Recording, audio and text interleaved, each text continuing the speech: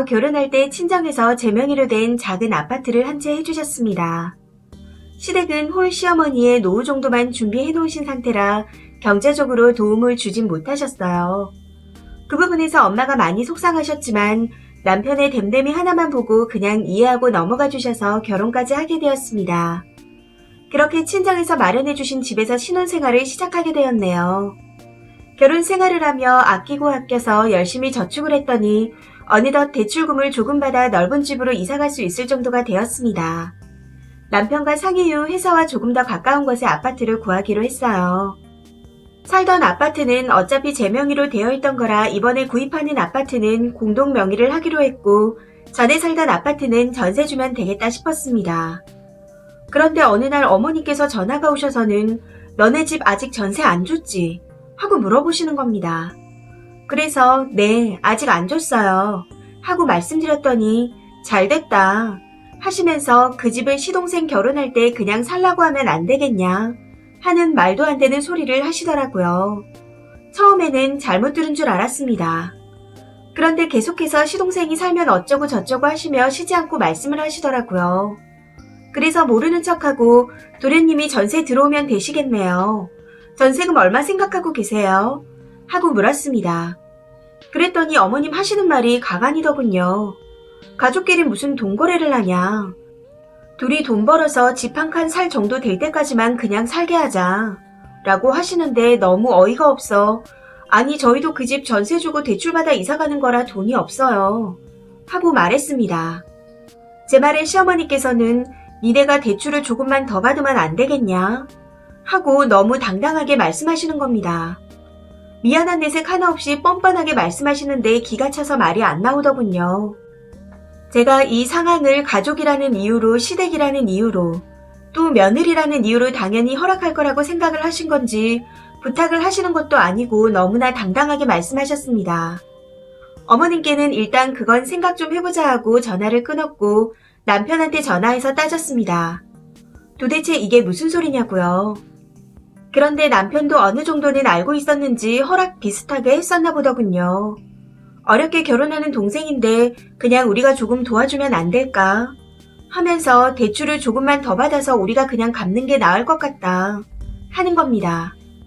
그러면서 아무것도 못해주고 결혼시키는 게 형으로서 미안하다는 개소리를 하는데 앞에 있었다면 한 대 치고 싶은 심정이었습니다. 그 집은 친정에서 딸 고생하지 말라고 내 명의로 해주신 내 집인데 왜 이런 한 장 보탠 거 없는 사람들이 눈독을 들이는 건지 너무 화가 났습니다. 정말 양심이란 게 있는 사람이면 자기 식구들이 그런 소리를 했을 때 제 귀에 들어오지 않게 거절을 했어야 하는 게 맞는 거 아닌가요? 남편도 한통 속이고 처음부터 그렇게 하기로 계획을 짜놓은 것 같다는 생각이 들어 소름이 돋았습니다. 너무 화가 나서 꿈도 꾸지 마라. 이 집 전세 놓을 거고 그 집 일은 그 집에서 알아서 해결해라. 내 돈 한 푼도 건들 생각하지 마라. 너도 이 집에서 쫓겨나기 싫으면 더 이상 거론하지 마라. 하고 말했습니다. 남편 결혼할 때 뭐 하나 해온 것도 없으면서 어디다 숟가락을 올리고 지가 동생한테 뭘 해주겠다고 하는 건지. 사람 댐댐이 하나 보고 다 이해하려고 했는데 진짜 댐댐이도 그지 같고 아무것도 없는 거렁뱅이 같다는 생각이 들었습니다. 남편에게 딱 잘라 거절하면서 계속해서 말이 나온다면 갈라서야겠다는 생각까지 했었어요. 정말 내 발등 내가 찍은 것 같다 제 자신한테 너무 화가 나더군요. 무튼 그렇게 이야기를 한 후 며칠이 흘렀는데 시어머니도 남편도 아무 말이 없길래 그렇게 넘어가나 하고 안심하고 있을 무렵 시어머니께 다시 한번 전화가 왔습니다. 전화를 받자마자 시어머니께서 다짜고짜 너무한 거 아니냐. 가족끼리 그 정도도 못해주냐. 집을 달라는 것도 아니고 집살돈 모을 때까지만 봐달라는데 그게 그리도 힘들어서 남편을 쫓아낸다는 말까지 하냐며 소리를 지르고 난리를 치시더군요. 남편이 제 말을 그대로 전달한 것 같았습니다. 이건 그냥 좋은 말로 끝날 것 같지 않다라는 판단이 들어 저도 그냥 질러버렸어요. 지금 너무한 게 누구냐. 저 결혼할 때 도움 안 주셨어도 말 한마디 하지 않았다. 최소한 도움은 못 주셔도 이렇게 내놓으라고 하지 않아야 하는 거 아니냐. 그 집 친정에서 딸 고생하지 말라고 해주신 내 집이다. 이런 한 장 보태지 않은 사람들이 왈가왈부하는 거 더 이상 듣고 싶지 않다. 하고 다다다 말씀드렸습니다. 평소에 고분고분하진 않았지만 그렇다고 짜증 한번 내본 적이 없었기에 시어머니도 적잖이 당황하셨는지 어버버하고 말씀을 못 하시더군요. 그래서 더 이상 할 말 없으면 끊겠습니다. 하고 전화를 끊어버렸습니다. 그렇게 통화를 끝낸 후 하루 종일 일을 어떻게 했나 싶을 정도로 화가 나더군요. 그런데 더 큰 문제는 그날 저녁 퇴근 후에 일어났습니다. 어머니께서 분명 남편에게 전화를 했을 게 분명한데 하루 종일 연락이 없기에 이상하다 생각했었는데 아니나 다를까 집에 도착하니 어머니께서 와 계셨습니다. 저보다 항상 퇴근이 늦었던 남편도 조퇴를 한 건지 먼저 도착해 있더군요. 집에 들어서자마자 거실 바닥에 떡하니 앉아 계시던 시어머니께서 여기 잠깐 앉아봐라 하시는 겁니다. 그러더니 제가 자리에 앉자마자 어린 동생이 힘들게 결혼 생활을 시작한다는데 어떻게 그럴 수가 있냐. 가족끼리 서로 돕고 살아야 하는 거 아니냐. 남편한테도 그러는 거 아니다. 어디서 남편을 내쫓는다는 말을 하냐 등등 했던 말 또 하시며 많은 말을 하셨습니다. 너무 다다다 하시는 통에 다 기억이 나지 않네요. 시어머니께서 그렇게 말씀하시는 동안 병신 같은 남편은 옆에 앉아서 듣고만 있더군요. 속에서 부글부글하고 올라오는 걸 최대한 참으며 어머님, 아무리 그래도 이건 말이 안 되죠. 저희 이사하면 아이도 낳아야 하는데 그럼 저는 한동안 일을 못할 거고 돈은 더 들어갈 텐데 대출을 더 하라니요.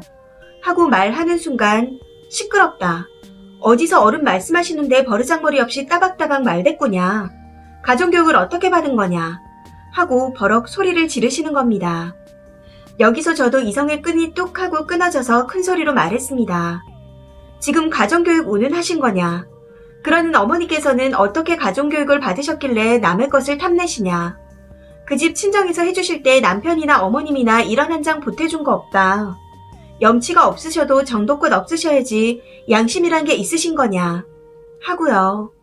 그렇게 말을 이어가는데 갑자기 남편 놈이 제 뺨을 내리치는 겁니다. 한동안 정신이 멍하고 아무 생각이 안 들더군요.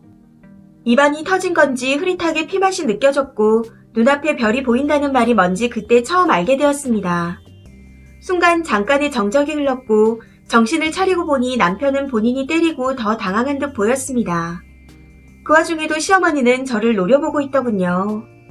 아, 이젠 이혼밖에 답이 없겠구나 하는 생각이 들었습니다. 우선 그 자리를 벗어나야겠다 싶어 안방으로 후다닥 들어가 문을 걸어 잠그고 집에서 나가라고 소리를 질렀습니다. 그리고 친정에 전화를 드려 간단히 설명을 하고 빨리 와달라고 부탁드렸어요. 친정 부모님께서 이런 제 모습을 보시면 마음 아파하실 걸 알았지만 다른 방법이 없었습니다. 부모님께서 오시는 동안 남편은 때릴 생각이 없었다. 그런데 네 말이 너무 심하지 않았냐 하며 문을 두드리며 열어달라고 소리쳤고 시어머니는 그냥 돌아하시며 계속해서 화를 내셨습니다. 친정 부모님이 오시는 30여 분의 시간이 왜 그리 지옥같이 느껴지던지. 부모님께서 도착하시고 나서야 저는 문을 열고 밖으로 나갔고 부모님 얼굴을 보자마자 눈물이 터져 나왔습니다. 제 뺨이 부어오른 걸 보신 친정 아버지께서는 불같이 화를 내시며 남편의 멱살을 잡으셨는데 제가 말렸습니다. 아무리 먼저 맞았다지만 같이 폭력을 쓰게 된다면 나중에 분리할 수 있겠다 하는 생각이 들었거든요.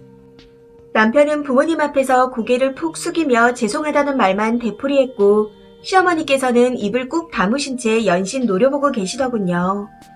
우선은 진정하고 이야기나 들어보자는 친정 엄마의 말에 다들 진정시키고 거실에 앉았습니다. 친정 아빠께서 우리 땡땡이 통해서 대충 얘기를 들었다. 힘들게 아끼고 아껴서 이제 좀 살만한 집으로 이사하려는데 대출을 더해서 시동생한테 이 집을 내주라니 그게 말이 되는 소리냐. 그리고 가정을 지켜야 하는 한 가정의 가장이 와이프에게 폭력을 휘두르는 게 있을 수 있는 일이냐 하고 먼저 말씀하셨습니다. 그랬더니 시어머니께서 아니 가족끼리 서로 좀 돕고 살자는데 그게 왜 말이 안 되냐. 하나밖에 없는 동생이 힘들게 결혼생활 하는데 좀 도와주는 게 그리도 아깝냐. 집을 아예 내놓으라는 것도 아니고 집 살 돈 모을 때까지만 좀 살게 해달라는데 뭐가 문제냐. 그리고 우리 아들이 폭력을 휘둘렀다니. 며느리가 싸가지 없게 말을 하니 욱해서 살짝 친 건데 이런 건 폭력도 아니다. 하고 말씀하시는 겁니다. 친정 엄마께서 기가 차신지 한숨을 쉬시며 애들 결혼할 때 이런도 안 보태는 거 보고 섭섭했지만 아무 말 안 했고 땡서방 댐댐이 하나 보고 결혼을 허락했다.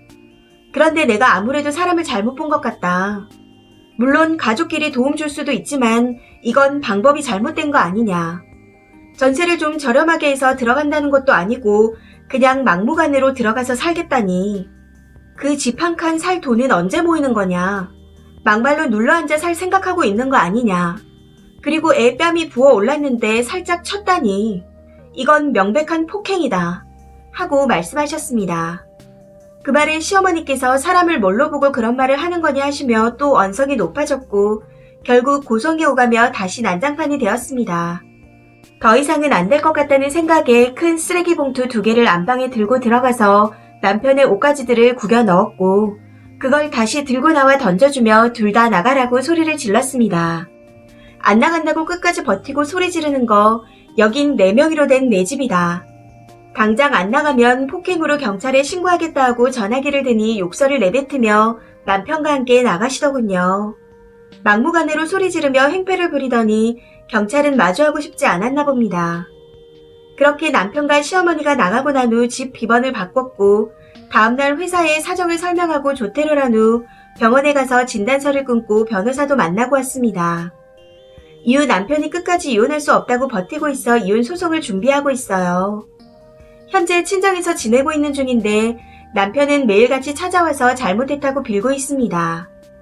다시는 집 이야기 꺼내지도 않겠다. 때린 거 반성하며 지죽은 듯 살 테니 이혼만은 하지 말아달라며 비는데 저는 이미 마음을 굳혔습니다. 이런 한 푼 안 보태고선 그 집을 탐내는 염치 없고 양심 없는 시어머니도 싫고 거기에 동조하며 와이프한테 폭력을 휘두르는 남편은 더더욱 싫고 용서가 안 됩니다. 웃긴 건 이 문제의 중심인 시동생한테서는 연락 한 통이 없다는 겁니다. 처음엔 시동생이 몰랐을 수도 있다고 생각했지만 형이 이혼까지 한다는데 모를 수가 있을까요? 시동생이 직접 집을 달라고 말한 건 아니었지만 본인의 문제로 인해 생긴 일이었는데 연락 한 통이 없네요. 물론 연락이 온다 한들 제 마음이 달라지진 않겠지만 그동안 많이 챙겨줬었는데 마음이 참 씁쓸합니다. 연애기간 2년, 결혼생활 5년 동안 내 남편은 좋은 사람이다 하고 생각했었는데 제가 사람 보는 눈이 없어도 너무 없었나 봅니다. 시어머니께서도 약간의 시집살이가 있었지만 을의 어느 시어머니나 다 그렇지 하고 생각했었는데 마지막에는 정말 상상 이상이었네요. 새집에 이사가서 돈을 더 모은 후에 아이를 갖자고 약속했던 터라 아직 아이가 없는 게 천운이었다는 생각이 듭니다. 짧다면 짧고 길다면 긴 남편과의 결혼생활은 이렇게 끝이 날 것 같습니다. 긴 글 읽어주셔서 감사합니다. 댓글입니다. 첫 번째 댓글. 개소리 장렬에 폭력까지. 어쩜 저렇게 뻔뻔할 수가 있죠? 못해줘서 미안하게 생각하고 입 다물고 살아야지. 진짜 무섭네요. 두 번째 댓글. 읽는데 소름이. 이거 실화인 거죠. 정말 시어머니랑 남편이 그런 말을 하고 폭력까지 썼다는 거죠. 거지근성 때문에 이혼 운운하던 사연 많이 봤는데 이래서 형편이 비슷한 사람들을 찾는 겁니다. 미안한 줄 모르고 뻔뻔스럽게. 차라리 경찰을 부르시지 그랬어요. 혹시나 앞으로 그 사람들과 전화를 하거나 만날 때는 필수로 녹취하고 대비 철저하게 하셔서 이혼 잘하시길 바랍니다. 세 번째 댓글. 양심이란 게 없는 집구석이네요. 결혼할 때도 아무것도 해줄 능력이 없었으면서 둘째 아들은 며느리 집에 얹혀줄 생각을 어떻게 하죠? 상식을 벗어나는 사람들입니다. 이혼 잘 생각하셨어요. 때릴 생각은 없었다지만 이미 손은 올라갔고 첫 시작이 힘들 뿐이지 한번 시작한 폭력은 심해졌음 심해졌지 덜하진 않습니다. 증거 수집 잘 하셔서 탈탈 털어 이혼하시길 응원하겠습니다. 네 번째 댓글. 돈도 없고 염치도 없고 뻔뻔하기까지. 보아하니 미리 얘기가 오간 상태인 것 같은데 쓰니한테 입도 뻥끗 안 하고 있었다는 것도 소름인데 폭력까지. 시어머니는 둘째 아들 집해주려다 큰아들 이혼남 만들었네요. 아마 시동생도 다 알고 있었을 겁니다. 그냥 엄마랑 형이 알아서 해줄 테니 안 나섰던 거죠. 가족이 단체로 등골 뽑아먹으려고 대기를 하고 있었나 봐요. 아이 없을 때 알게 돼서 그나마 다행이라고 해야겠네요. 진단서 끊어 놓으셨다니 차곡차곡 증거 수집하셔서 잘 해결하시길 바라겠습니다. 이 사연은 여기까지입니다. 시청해주셔서 감사합니다.